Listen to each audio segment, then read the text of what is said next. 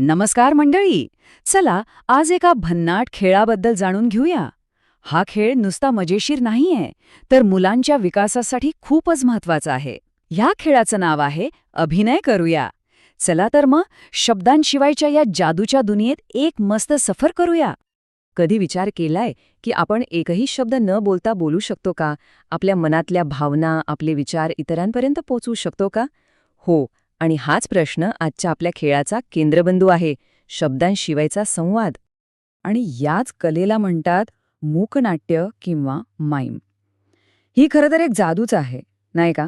जिथे शब्दांना आपण पूर्ण सुट्टी देतो आणि फक्त आपल्या डोळ्यांनी, हातांनी आणि चेहऱ्यावरच्या हावभावांनी अख्खी गोष्ट सांगून टाकतो. मग आता वाटत असेल की या खेळासाठी खूप तयारी करावी लागेल. अरे अजिबात नाही. याची तयारी इतकी सोपी आहे ना की विचारायलाच नको. आणि सगळ्यात भारी गोष्ट म्हणजे अगदी कमीत कमी साहित्यात जास्तीत जास्त मजा हमखास मिळणार. आपल्याला फक्त काही कागदाच्या चिठ्ठ्या लागतील, त्या ठेवायला एक छोटा डब्बा, आणि हो, सगळ्यात सगळ्यात महत्त्वाची गोष्ट ती म्हणजे आपली कल्पनाशक्ती. अर्थात टोपी किंवा चष्म्यासारख्या वस्तू वापरल्या तर खेळात अजून रंगत येईल, पण त्या नसल्या तरी काहीच हरकत नाही. चला तर मग आता बघूया हा खेळ नेमका खेळायचा कसा. आपण वेगवेगळ्या वयोगटातल्या मुलांसाठी हा खेळ कसा बदलू शकतो, म्हणजे तो सगळ्यांनाच खेळता येईल, हे समजून घेऊया. सुरुवात करूया आपल्या घरातल्या सगळ्यात लहान कलाकारांपासून, म्हणजे 3 ते 4 वर्षांच्या मुलांकडून. त्यांच्यासाठी आपण त्यांच्या रोजच्या आयुष्यातल्या सोप्या सोप्या कृती निवडूया, ज्या ते लगेच ओळखतील आणि करून दाखवू शकतील. उदाहरणार्थ, दात घासण्याचा अभिनय.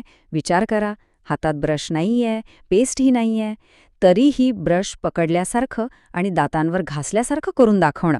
मुलांसाठी हे एक मजेशीर आव्हान असतं. तसंच दुसरं उदाहरण म्हणजे आंघोळ करणं.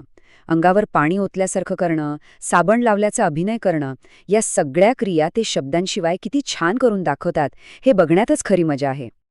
किंवा समजा जेवण करण्याची कृती, हातात चमचा घेऊन खाण्याचा अभिनय किंवा पोळीचा घास तोडून खाणं. या छोट्या छोट्या गोष्टींमधून त्यांची निरीक्षण शक्ती किती जबरदस्त आहे हे आपल्या लक्षात येतं. आता आपण वळूया पुढच्या वयोगटाकडे. 4 ते 5 वर्षांच्या मुलांसाठी खेळ थोडा अजून इंटरेस्टिंग करूया. त्यांना प्राण्यांची नक्कल करायला सांगूया. इथे त्यांची निरीक्षण शक्ती आणि शरीराची लवचिकता दोन्ही वापरात येतील. जसं की सशाचा अभिनय.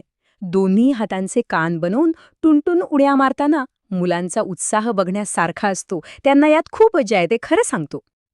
किंवा मग हत्तीचा अभिनय. आपला एक हात लांब करून त्याची सोंड बनवायची आणि डुलत डुलत चालायचं. यातून त्यांना मोठ्या प्राण्यांच्या हालचाली कशा असतात हे कळतं.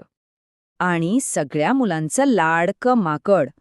डोके खाजवत, दात विचकत, इकडून तिकडे उड्या मारत माकडाची नक्कल करणं, हे तर मुलांसाठी एकदम आनंदाचं काम असतं. आता येऊया सगळ्यात मोठ्या गटाकडे, म्हणजे 5 ते 6 वर्षांच्या मुलांकडे. ही मुलं आता भावना किंवा डॉक्टर, पोलीस असे आपले मदतनीस यासारख्या थोड्या मोठ्या संकल्पना समजू शकतात आणि त्या अभिनयातून खूप छान मांडूही शकतात. उदाहरणार्थ, आपण त्यांना विचारू शकतो, खूप राग आल्यावर चेहरा कसा होतो?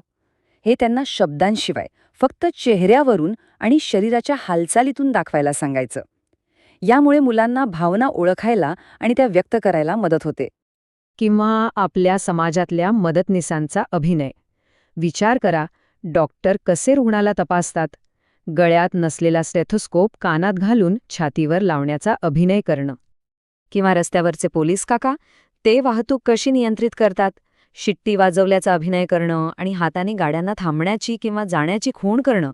यातून त्यांना वेगवेगळ्या कामांबद्दल माहिती मिळते. तर हा खेळ कसा खेळायचा हे तर आपण पाहिलं, पण मग फक्त मजा करणं एवढाच याचा उद्देश आहे का? नाही, अजिबात नाही. या साध्या दिसणाऱ्या खेळातून मुलांना कोणते मोठे आणि महत्त्वाचे फायदे मिळतात ते आता आपण जाणून घेऊया. सगळ्यात पहिला आणि मोठा फायदा म्हणजे मुलं शब्दांशिवाय संवाद साधायला शिकतात. म्हणजे बॉडी लँग्वेजचा वापर करून आपले विचार आणि भावना कशा व्यक्त करायच्या हे त्यांना समजतं. ही गोष्ट त्यांना मोठेपणी इतरांना समजून घ्यायला खूप मदत करते. जेव्हा मुलं सगळ्यांसमोर उभी राहून अभिनय करतात तेव्हा त्यांचा लाजाळूपणा हळूहळू कमी होतो. यामुळे त्यांचा आत्मविश्वास जबरदस्त वाढतो. पुढे जाऊन शाळेत किंवा लोकांमध्ये बोलताना त्यांना भीती वाटत नाही. प्राण्यांची किंवा वेगवेगळ्या लोकांची नक्कल करायची असेल तर आधी त्यांचं बारकाईने निरीक्षण करावं लागतं, बरोबर ना? यामुळे मुलांची निरीक्षण शक्ती वाढते.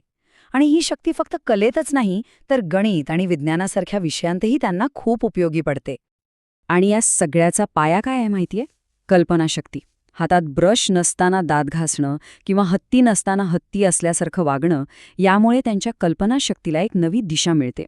आणि हीच कल्पनाशक्ती भविष्यात त्यांना सर्जनशील बनण्यास मदत करते. तर मग ह्या खेळाचे इतके सगळे फायदे पाहिल्यावर एक प्रश्न नक्कीच मनात येतो. आज आपल्या मुलांसोबत कोणत्या पात्राचा अभिनय करायला आवडेल? डॉक्टर, ससा की आणखी काहीतरी वेगळं आणि मजेशीर?